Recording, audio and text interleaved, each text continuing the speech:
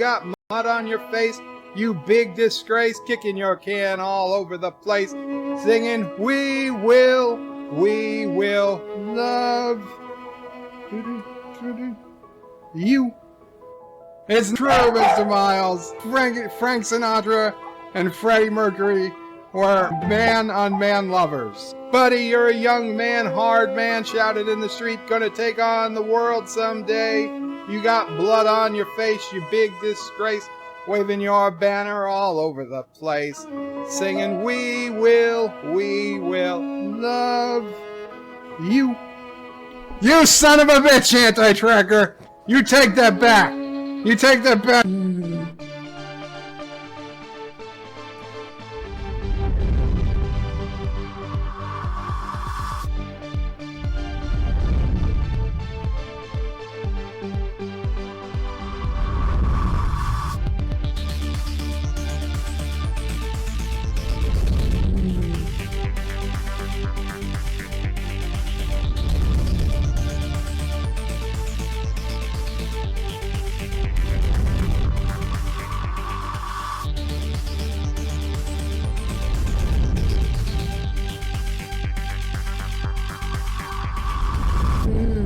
It's the anti-tracker. We will return to your scheduled programming shortly, or we are currently experiencing technical difficulty. What is going on, guys? Michael J. Crawford, the anti-tracker here, along with Auntie, as you can see, in her usual guard position there, snoozing as normal. So, before anything else, in case you're wondering, you're thinking, wait a minute, anti-tracker, aren't you starting your show quite a bit early? I mean, the earliest you usually start your show is about an hour and a half later than right now. And that is true for a couple of reasons. First and foremost, and to me, just personally very fun and exciting reason, is that at 7 o'clock Central, which is my time zone, 8 o'clock Eastern, 5 o'clock Pacific, and I don't know what time zone in other countries, what time zone in other countries, what time, excuse me, in other countries. I will not be streaming on this channel because I will be a guest on Nerdrotic's live stream tonight. So, which will be the second time I've been on Nerdrotic's show, and I'm very excited about that. But unlike last time, it's like, you know what, man, allergies are killing me.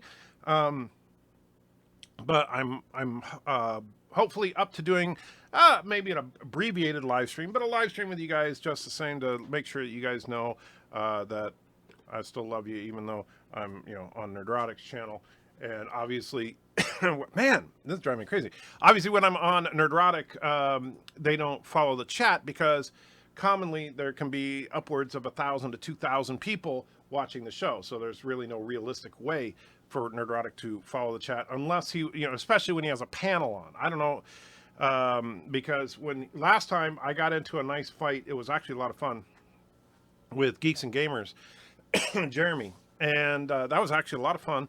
And I don't know who else is going to be on the show tonight, but hopefully it will be interesting. Anyway, to the chat we go, and hopefully, man, my throat is just itching like crazy.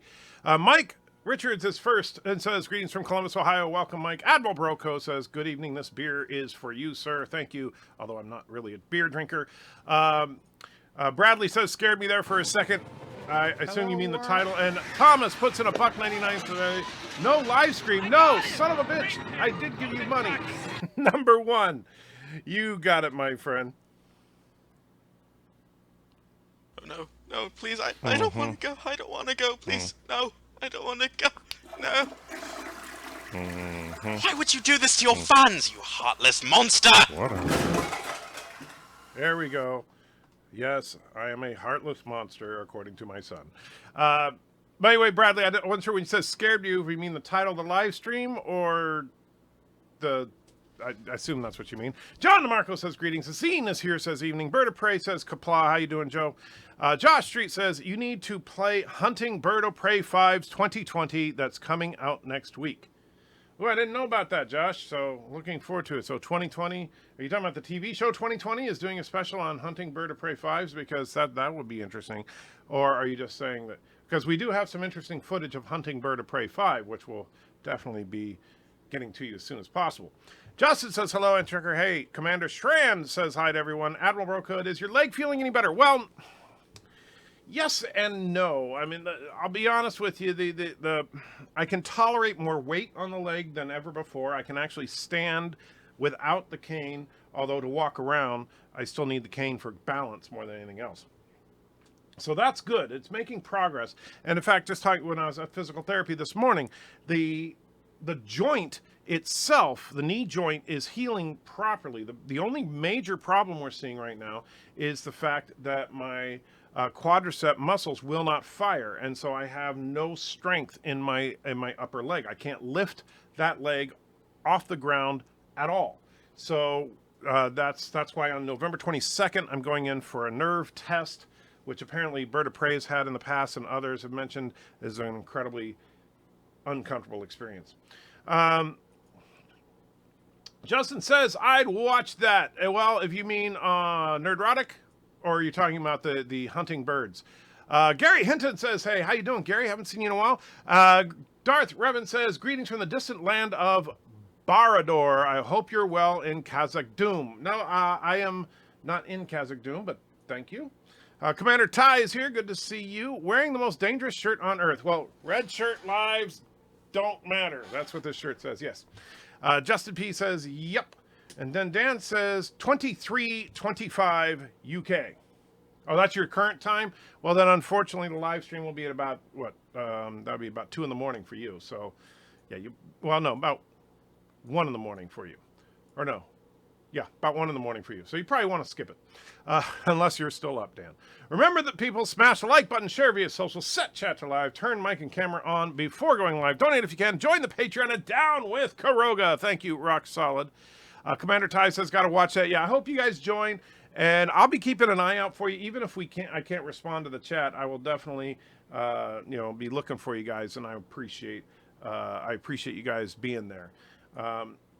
And no live stream, no money. Son of a bitch, I did give you money. That's right, Thomas. See, I tricked you. Justin is laughing. Future Star Wars films have gone into hiatus. Yeah, we'll see what happens with that. I think that's one of the topics that we're going to be talking about on Nerdrotic Show tonight. So that, I don't know. I think that basically, and this is what I've been saying for a while, I think Episode 9 is going to make or break the franchise as far as film is concerned. How The Mandalorian does will make or break how it does on streaming. But as far as the film franchise, Episode 9, they better make a couple of $1 billion, or it may be a while before we get an Episode 10. Hello from Bosnia. How you doing, Andre? Good to see you. Mike Richards says, I was first. What do I win? You win 100,000 internet points. Just so you know, 1 internet point is worth 1/billionth of 1 penny.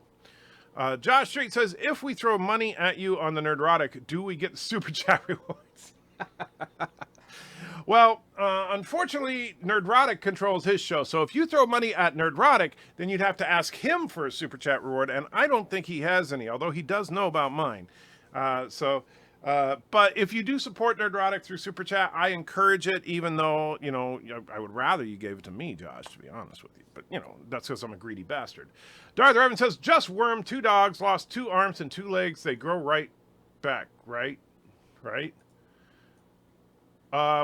Darth, are you okay? Valor says hi. Mike Richards says was. Yes, you was. What's your favorite Star Trek view screen? I know the worst is that window. As far as view screens are concerned, well, the original is always the most nostalgic for me, and it was ahead of its time because that was before 16:9 was a popular format.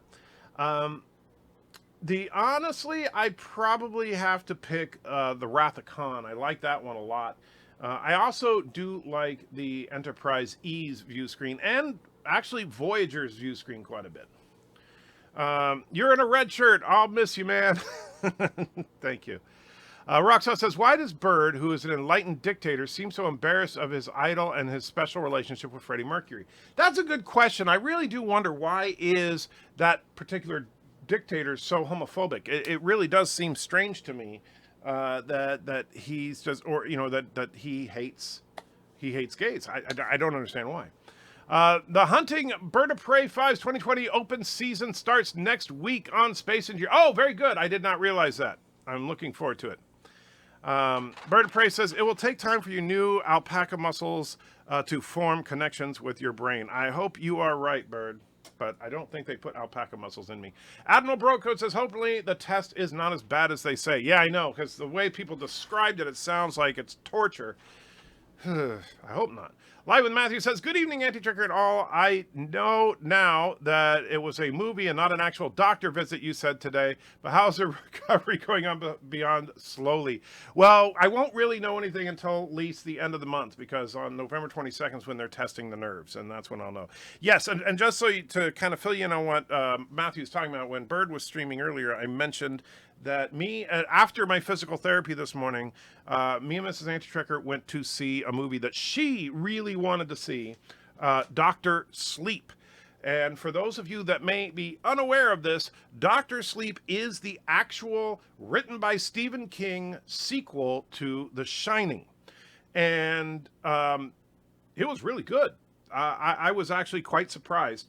And one thing I kind of liked is they did something in this that they've been trying to do with certain other franchises and have been failing, which is to kind of set up a new character that is more, for lack of a better term, diverse than the original character that they're replacing.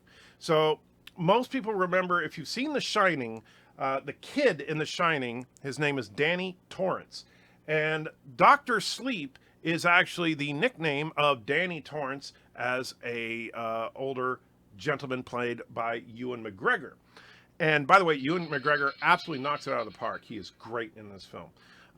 Now, the new character that is the kind of the replacement for Danny from the original Shining, in that it's a young person who has the same Shining abilities, although we also learn more about Shining than we ever knew from the first one.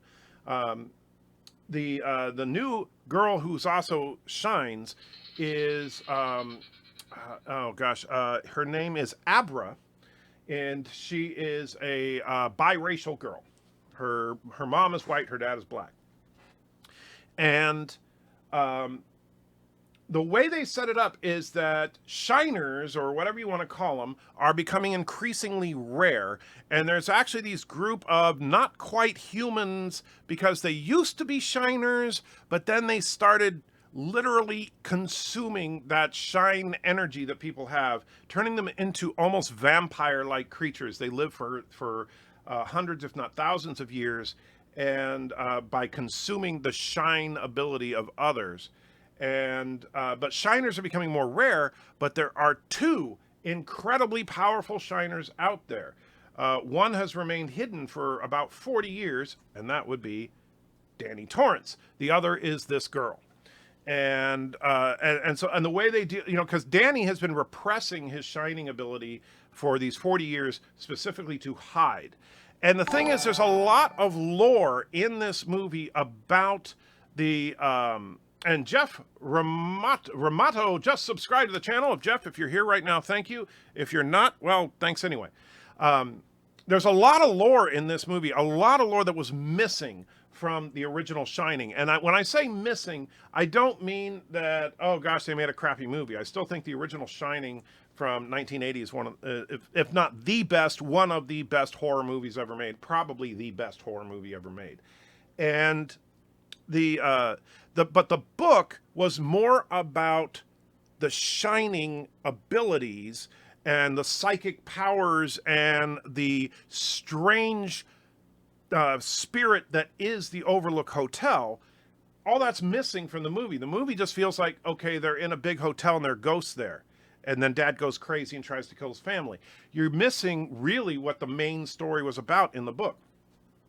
In this, the sequel, they get into it. And not only do they get into what The Shining is all about and the details of what shiners can do, which I found really interesting, but they bring back the Overlook Hotel in this in a big and wonderful way. And the Overlook, you really get into the Overlook Hotel is not just a big old hotel that ghosts live in. It is a creature unto itself. And so really, really well done. and has a great climax in this film. Just absolutely mind-blowing. I don't want to spoil any of the surprises, because if you go see it, there's a couple of things that happen, particularly in the last act of this film, and you're like, oh, and just great stuff. Anyway, but the thing about it that I really appreciated was they made one major mistake with the film, but I see the positives of the film outweigh it. The major mistake was that they fall into the trap that Hollywood does, where if you have a female protagonist, particularly one who has special abilities of any kind, they make her overpowered. And they do, in fact, do that a little bit in this one. There is one part where Danny is talking to Abra and saying, there's no way that we can take on this other thing that I'm not going to spoil. And all I could say is, why not? I actually, after the movie, I was telling Mrs. Antrick, I was like, when he said that, I was like, why couldn't they? From what they've seen, it seemed like they could probably handle it by themselves, but because she was so powerful. However, that doesn't spoil the movie overall, because it's incredibly well written, well acted, and everything overall. And the main thing that I really appreciate is, while yes, you have this up and coming new hero that is quote unquote more diverse and everything than the old hero that's going out, but they don't make Danny an idiot. They don't dumb down the male characters in this film. And in fact, they refer to Danny is not the only male character from the original Shining that makes a comeback. There are actually a few. And they don't dumb them down. They don't make them incompetent or something like that. Now, yes, Danny is struggling in his life, but the reasons he's struggling all make perfect sense if you consider that when he was 5 years old, his dad chased him around in a snowstorm trying to hack him to pieces. So that would kind of mess with pretty much anybody. So back to the chat. That's my quick review of Dr. Sleep. Good evening, Andy Tucker and all says live with Matthew. Oh, I already read that one. And I already read that one as well. So let me go back. Let's see. I control a nerdrotic. What's Star Trek? You're certainly welcome to do that. Azid says, just been watching your timelines video before you came on. Interesting stuff. Have you been messing with your sound settings? You sound a little quiet in that. I don't think so. At least the way I record it was the same, although that one was edited entirely by Mr. Miles. He did an incredible job with it. And so, Darth M says, is Dr. Picard Vader Luke Solo's grandfather? Yes. That you got it figured out. Mutant Green Panda says, what's up? How you doing, Mutant Green Panda? Best username I've seen all day. Commodore Ty says, I believe The Simpsons said exactly what the new Star Wars will be when Comic Book Guy said, I'm here to get a good seat for the new Star Wars movie, and it will stick to high heaven. I see you mean stink. Darth Vader says, read my comment from August 12, 2018, please. You skipped it. Sure thing. Hey, Anti-Trekker. It's August 12, 2018. How are you doing? There you go. Steve Rogers has liked the live stream and listening. Thank you, Steve. And Chris put 5 fake Canadian dollars in. Thank you so much. It says, thanks, Anti-Trigger. You helped convince me to watch Dr. Sleep this weekend. Absolutely. Highly recommend this film. Especially if you are a fan of The Shining, this is a must watch. If you actually are a fan of the original Shining. And by the way, even though, because there's some things in the book of Dr. Sleep that are incongruous with the film The Shining, because things that that Kubrick changed. For example, I think his name was Holloway, who was played by Scatman Carruthers in the original Shining, was not killed in the book, but dies in the film. And so they actually come up with a way, because in Dr. Sleep, Stephen King had a very important role for him to play. And the writers and directors of the Dr. Sleep film actually did a very clever way to include his role close to what Stephen King wrote without having to retcon what happened to him in the movie. So they don't retcon the other movie, but they still managed to get his role in there. And actually, it's a pretty clever way they do it. And Stephen King himself has praised this movie, saying that this is more like what he wanted the original Shining to be like. Darth Revan says nerve testing will be painful. Maybe it's just painful in Ireland, I'll hope. Admiral Brocode says, watched the new Predator movie yesterday, and how the hell did this script make it past review? By far the worst movie I've seen this year. I don't know if it's the worst movie I've seen this year, but it was definitely, yeah, the script was definitely the weakest part of that film, for sure. The whole thing, autism being the next step in human evolution. Honestly, the fact that Olivia Munn is an action hero and laughable, yeah. Dan says, apparently more people not in red shirts died in TOS. That is true. However, of any one category of people, red shirts you were the most likely to die if you were a red shirt. So, for example, gold shirts, blue shirts, and jumpsuits, yes, they all died, and if you add them all together, there are more of them than red shirts. But more red shirts than gold shirts, more red shirts than blue shirts, more red shirts than jumpsuits, if that makes sense. Abra, was she in Pokemon, or was her middle name Kadabra? Actually, there is a little bit of a pun with her name being Abracadabra. She does love magic, but I don't think she was in Pokemon. Vampire-like anti-tracker, do you mean like Herman Schmeckelbeck? Yes, in fact, very much like Herman Schmeckelbeck. These former shiners, that's the only way I can really describe them, they consume the soul of their victims, and Herman Schmeckelbeck does that as well. The evil spirits in The Shining, like Jack's drinking spirits problem. That is, by the way, you know, Jack's drinking problem was, of course, a bigger theme in the book than it was in the film, but it was a significant theme in the film. And in this one, it is bigger than it was in the first one, and they actually get into it a little bit. So that is, in fact, a part of it.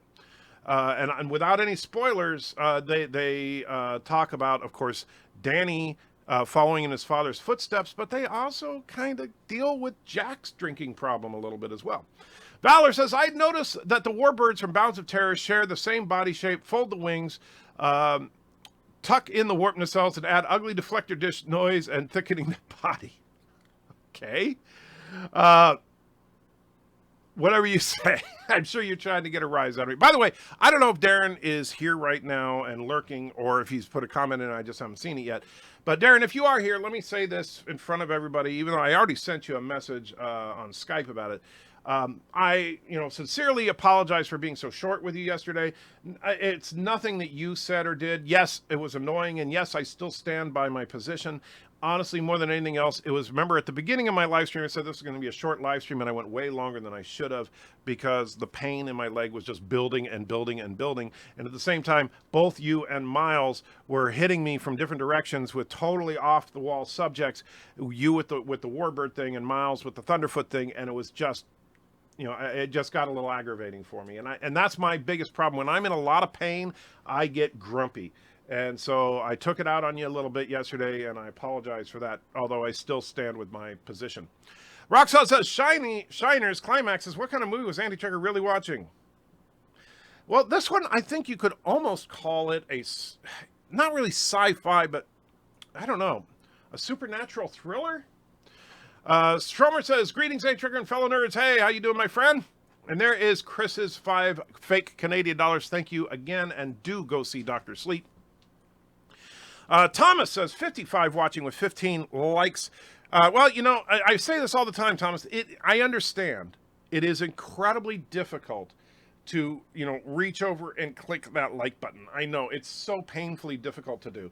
And so I don't hold it against people that, I know that, out of those 30 odd people that haven't hit the like button, they're trying, they're struggling, they're reaching with every essence of their strength to hit that like button, but they just can't do it. And that's okay. I understand that. Ramosaurus says, great video on the timeline. Thank you, my friend. I'm very proud of that video. I think Mr. Miles did a great job with the editing, and that's a theory that I've been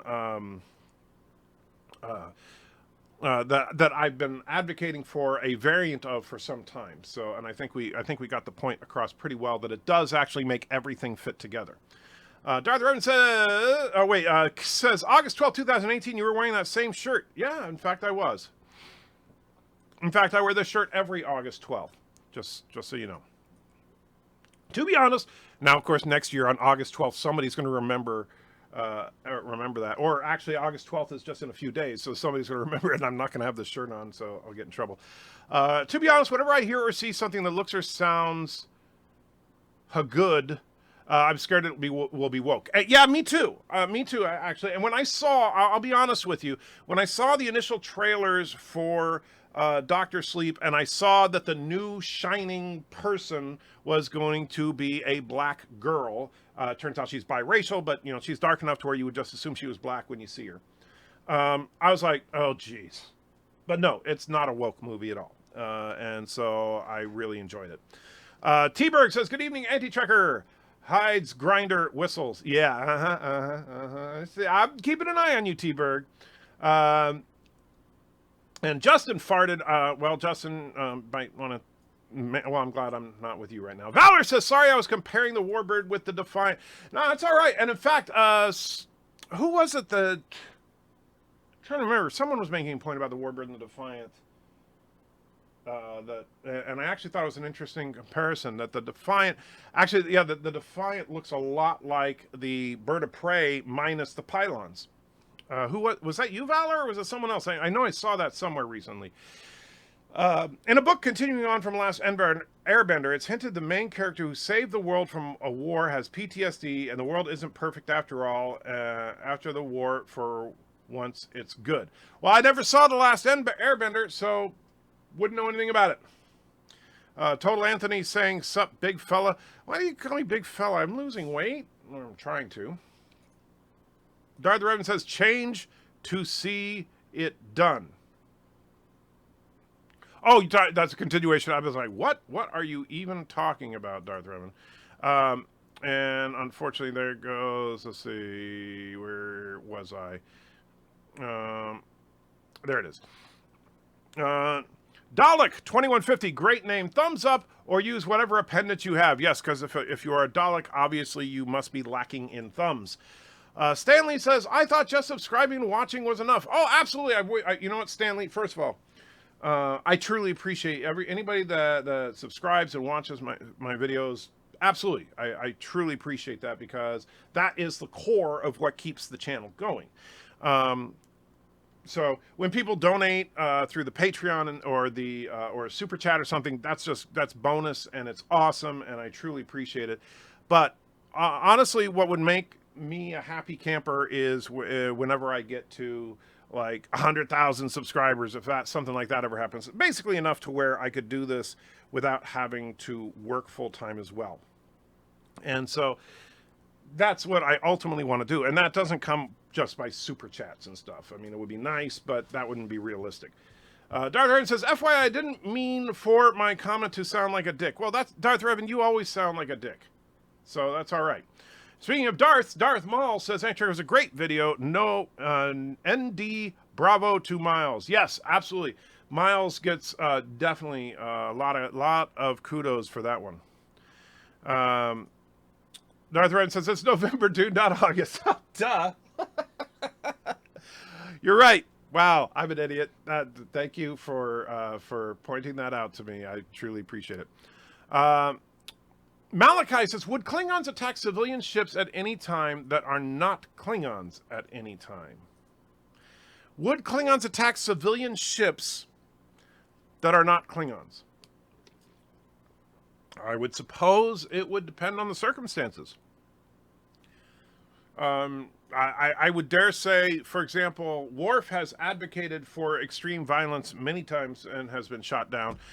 If there was a reason to, I don't see why they wouldn't. I don't think that the Klingons would just willy-nilly attack a random civilian ship necessarily, but let's just say that it's a civilian ship that happens to have a Klingon agent aboard that saw some secrets that you didn't want to get out.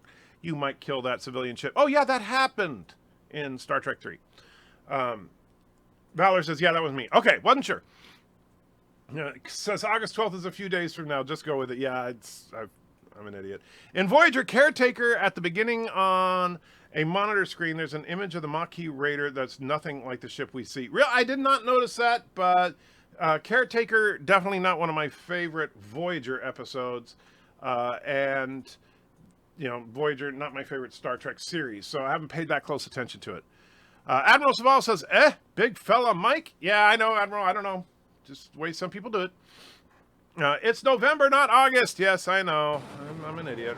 Hello, Ramosaurus, thank you, says it's not that you're losing weight, it's that you keep finding it again. You jerk.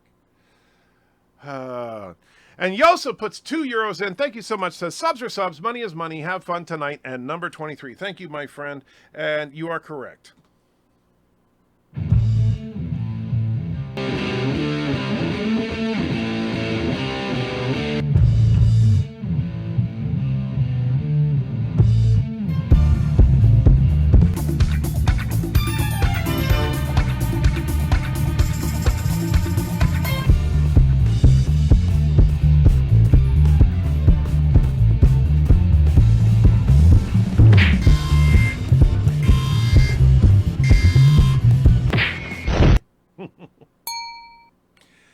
I will always love good old number 23. Stanley says, I can hit like too. I just didn't realize it was a help. Absolutely. Yeah. Hitting like, what that does, just so you guys know, if you, and you should do this on any live stream or video you watch.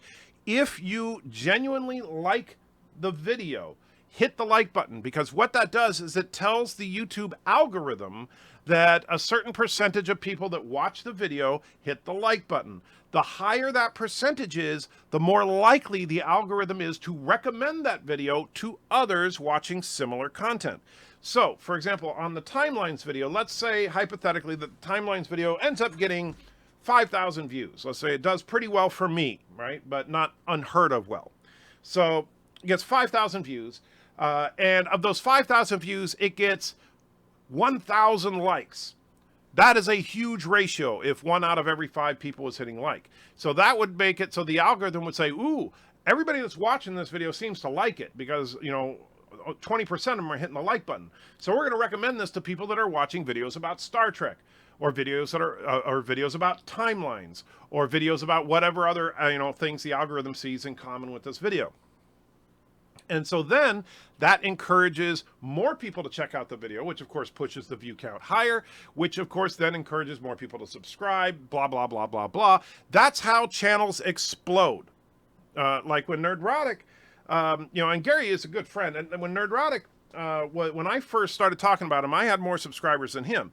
However, he had a few videos that's exactly what happened. Everybody loved the video, started sharing with everybody else. The videos went viral, and then all of a sudden he had 25,000 subs. And then before he knew it, he had 50,000. Before he knew it, he had 75,000. He's now up to over 160,000 subs.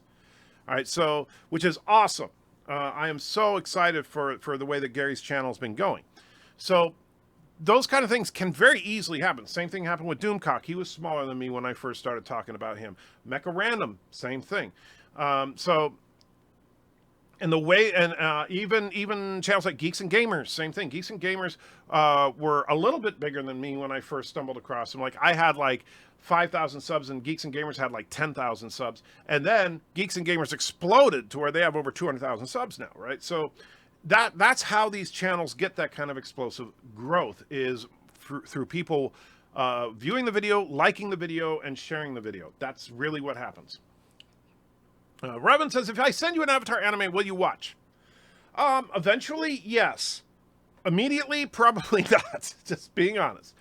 Klingons tried to search Cassidy Yates' cargo ship. That's right. And yeah, so the Klingons, as long as they have a reason, there's no... Yeah, they would attack civilians. I don't see why they wouldn't. Kss is excited because Spock got to spin, because I know that's Kss's favorite thing in the whole wide world. Revan says, do you think Klingons who were under the Herc were scared, so they attacked everyone to protect their freedom, and that became their personality, but forgot the fear? The Klingons who were under the Herc? I'm not 100%, and forgive me, I might be losing some geek cred points here, but I'm not 100% sure on what exactly you mean. So maybe you can fill me in a little bit. Rocksolid says, since Gary has over 160,000 subs, how many battleships does he have? Oh, at least 20,000. Because that was a horrible pun. Wasn't even a pun. It was a play on words. Josh says, no, you're wrong. How they grow their channels is when you push their channels. I wish that were true, Josh. I really do. I do know that my pushing their channels did help them get a little bit of a bump early on. And I'm very, very happy that that success then translated into where all three of them are able to do YouTube full time now. I cannot tell you how thrilling that is for me to see them grow like that. Now, some people say, oh, you're just jealous of them, anti-tracker. No, not in the slightest. I'm not jealous at all. Do I want my channel to grow like that? Absolutely. Do I think that they somehow, that it's not fair that they got to grow before me? No, I applaud success as long as the person with the success is a genuine person. And while I may not agree with Mecca all the time, I definitely don't agree with Gary all the time, and I don't agree with Doomcock all the time. However, I know all three of them speak from their respective hearts. And even Jeremy over at Geeks and Gamers, I actually had a really good time hanging out with him a couple of weeks ago on Nerdrotic's channel, and he impressed me. I actually had a much lower opinion of Gary before that live stream than after. So, and some of it was our talk that we had before the live stream started. A little bit was the talk we had after the live stream ended. And of course, some of our actual banter during the live stream. But I have a lot more respect for Jeremy than I did before. I still disagree with him on a few things, but I absolutely have more respect for him, and I would consider him a genuine person, as opposed to the more corporate shill channels like, Watch Mojo and stuff like that, which are clearly just corporate channels. Admiral Saval says, hi, say hi to Auntie the dog for me, Mike, and I love the jerky. Thank you so much, Admiral. And yes, well, I'm not going to say hi to her right now because she's snoozing, as you can see. That is a live feed, so I don't want to bother her because sometimes I have her moved over a little bit so she can't quite reach me. Part of the problem when I was on my stream last night, and part of the reason that my pain kept getting worse, is one thing that Auntie does is she's a beagle. She's got those sad eyes, and her favorite thing to do is when I'm sitting at my desk, she'll come right up to where my leg is, put her paws on my leg, and do that thing that melts your heart. And it's very sweet and everything, but the problem is it's my right leg that faces her, and it's my right leg that the surgery was on. So when she does that, holy crap, can that hurt if she hits me at the wrong spot. So I basically moved her over a little bit. She has a leash on her to keep her from being able to get out of her area. And that also, it's now so that it's just short of her being able to hop up on my leg so that she can't do that and hurt me. John says, the Herc is an ancient race that conquered the Klingons. Why am I not remembering that? The name sounds familiar, but I don't know why I'm not remembering it. Total Anthony says, do you think Worf made an appearance in Picard? He would look like a disco Klingon. That's actually an interesting question. I don't know. I know there's been no real talk about Worf on Picard, and I think that would be interesting because if Worf looks like Worf, then they're going to have to do one of a couple of things. They're going to have to either retcon that there's like a couple of different species of Klingons, and that they're the Klingons and the Klingorks, and they're a little bit different, or it would simply confirm my alternate timeline theory. So I don't know. Thought you said starting at 8 p.m. on Bird Stream. I'm late now. No, I'm starting at 8 p.m. Eastern on Nerdrotic's stream. So that's why I'm going to be stopping here in just a little bit, but because I need to rest for a little bit before I get onto Gary's stream, because his streams tend to run a little on the long side.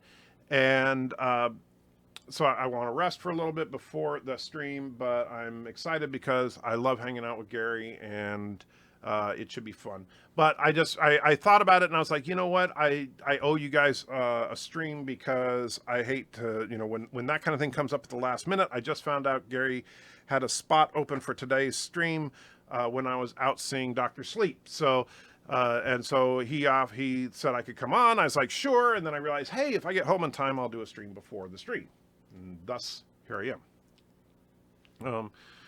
Let's see. Sounds weird. I'd like to see the Herc one day and they scar the Klingons. Yeah, it does. Darth Maul says, you and Gary always got recommended to me before I subscribed, and over the last 6 to 8 months, I don't see you guys, not even Mecca. Yeah, and that has to do with some of the changes to the algorithm, Darth Maul, and that is a real problem right now with YouTube. The algorithm has changed in such a way that, and about 6 to 8 months ago is about right, because it's towards the beginning of this year that this happened. They basically came out with this whole thing where YouTube is going to combat hate speech. And they're all proud of the fact that they're altering the algorithm so that hate speech videos will no longer show up as a recommended video. That was their way. You know, they couldn't curtail free speech and still maintain their the rights that they have and their protection from liability as to what people post. So they couldn't stop people from posting videos unless they had illegal content in them. So what they did was they changed the algorithm so it wouldn't recommend that type of thing. However, so if you talk about, for example, the political leader of Germany from the 1940s that everybody knows by his mustache, if you talk about that person a lot on your channel, you get flagged as a hate speech channel, and your channel will no longer be recommended. And if it continues for any period of time, eventually your channel will get demonetized. And Jaegerbomb throws $5 in. Thank you so much. Says, looking forward to the cooperative stream with Gary. One good thing out of all the bad is we've come together as one. Hope you're feeling better soon. Thank you, Jaeger. And that is absolutely true, my friend. That's something I say all the time, is that the nerd community was galvanized by a lot of the crap that's going on right now in Hollywood. And that's actually kind of a positive out of all this crap. Anyway, so the problem here, Darth Maul, back to the hate speech thing, is that then Google, of course, being a far left progressive company, and I'm not saying that's a good or a bad, that's just what they are, decided in their infinite wisdom that hate speech would include conservative speech. So like, you know, people that they would consider alt-right, right? So anybody that voiced support of, say, the current president of the United States would be considered fall into the hate speech banner. And then it just became basically people that may disagree with stances that they take on various political issues. And that, unfortunately, comes to include things like the SJW effect in Star Trek Discovery and crap like that. And so because of the fact that I openly and vocally have had problems with the change, with what they did in Star Wars, The Last Jedi, because I've honestly and openly been opposed to some of the crap that we've seen in Star Trek Discovery, my channel more often than not gets flagged as hate speech. And so that's, yeah. There we go. Long-winded answer, but that should hopefully answer everything. Valor says, I always wondered when it came to aliens, I had thought that the immune system would attack the alien offspring as any other invading virus or bacteria. Your thoughts? As far as like reproduction, not necessarily. Depends on, basically, and because anytime you have these cross-breed babies in Trek, right? Whether it's like half Vulcan, half human, half Betazoid, half human, half Klingon, half whatever, right? All this stuff, well, if their genetics are similar enough so that they can reproduce, then it means that despite what we may think about with the Alpha Quadrant, they have some kind of common ancestry. And that's where you get into things like the preservers and stuff like that. The Herc are race from the Gamma Quadrant who invaded Kronos in the 14th century. Herc, they are mentioned in Deep Space Nine. Okay. I vaguely remember that now. Thank you, Dan. Says, please say hello to Jason the Shark. Hey, Jason. And let's see. It's now midnight in the UK. Well, congratulations. It's actually 6 after now. And BIRDOPREY is saying hashtag free Auntie. You can see Auntie got, she's like, what? Huh? If Worf appears to Picard, I seriously doubt they'll make him look like the Discovery Klingons. I would doubt it too. But it's going to be interesting to see what they do. Revan says, you should give Auntie one of your t-shirts to hug her baby face into. Well, then she would chew my t-shirt up and destroy it. The word Klingon was pronounced differently in TOS in some episodes. Yes, sometimes they say Klingon. They pronounce the G in several episodes. Please bring number 23 to Gary's for tonight's stream. Well, Gary can have any of the Super Chat rewards he wants. And so if that's up to him. There's Jaegerbomb's super chat. Again, thank you, my friend, and I am very much looking forward to the stream. Let's see, 66 watching with 16 likes. Really, I'm showing 52 likes, so I'm not sure where you're getting that from, Thomas.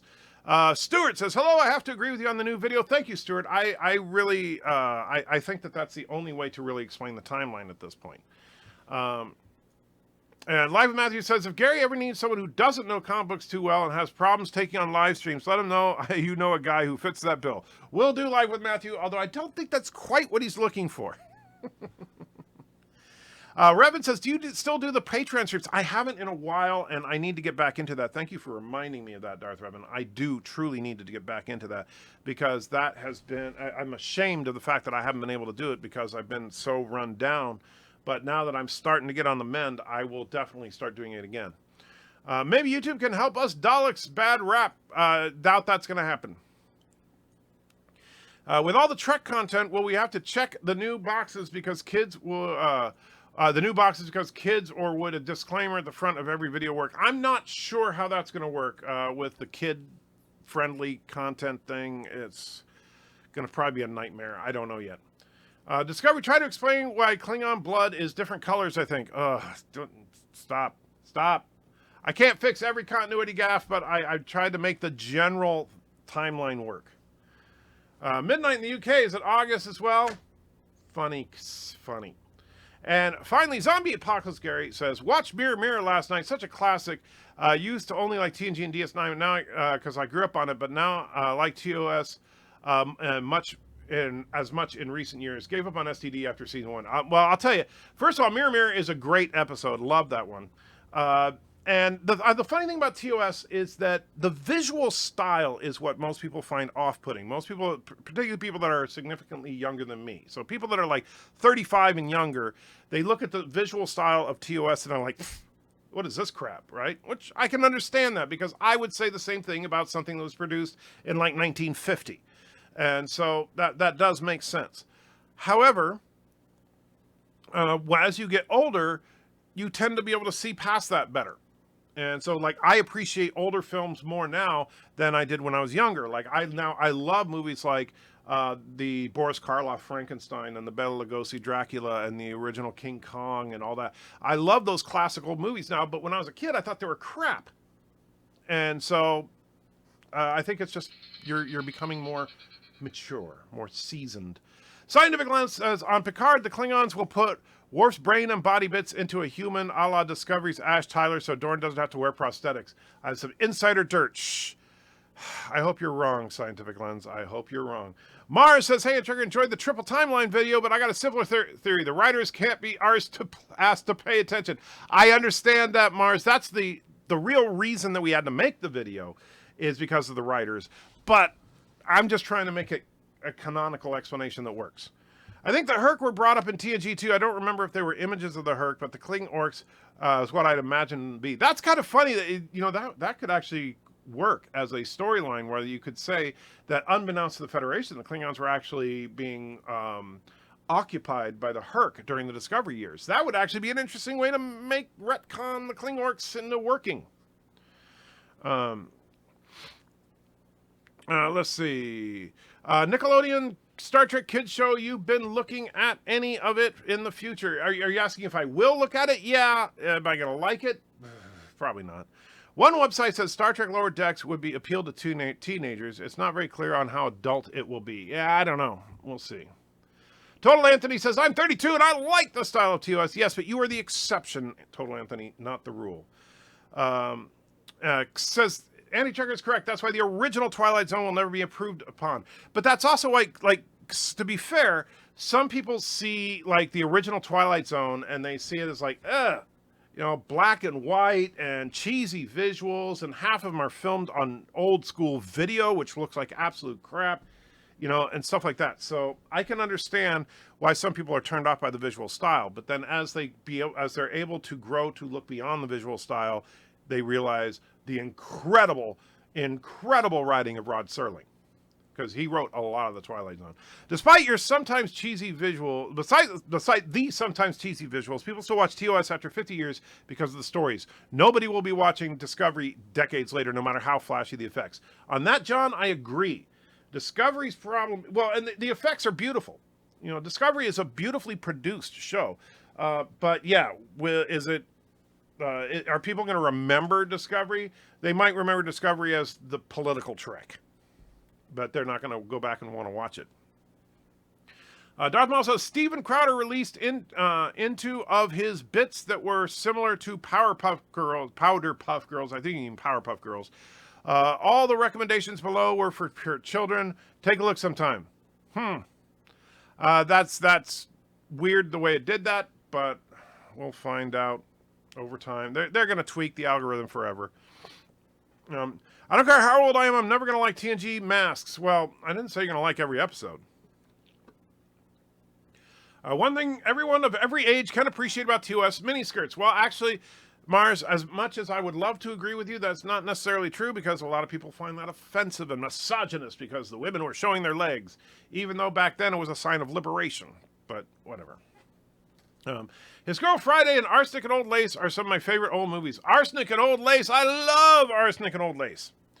I'm in my mid-30s, and I love the style 2S, but then again, I love the original Mummy from the 30s. Well, there you go. See, and most people your age don't. Stuart says, a time war makes all of the canon a nightmare on what was going on. Well, the time war thing from, like, the time Cold War, as they called it in Enterprise, could have solved everything had they finished the series. The problem is they didn't finish the series, and so we just have to work with what we had. Herc is a Klingon word for invader, so I'm not sure it's a species name. Interesting. I did not know that. What time is church life this Sunday? Richie, good question. It'll probably be later than usual. Because tomorrow night, when we would normally be going to church, Mrs. Antrecker, myself, and Joshua are all going to one of those laser light shows of Pink Floyd's Dark Side of the Moon. And so Mrs. Antrecker got these tickets months and months and months ago because it's Pink Floyd Dark Side of the Moon.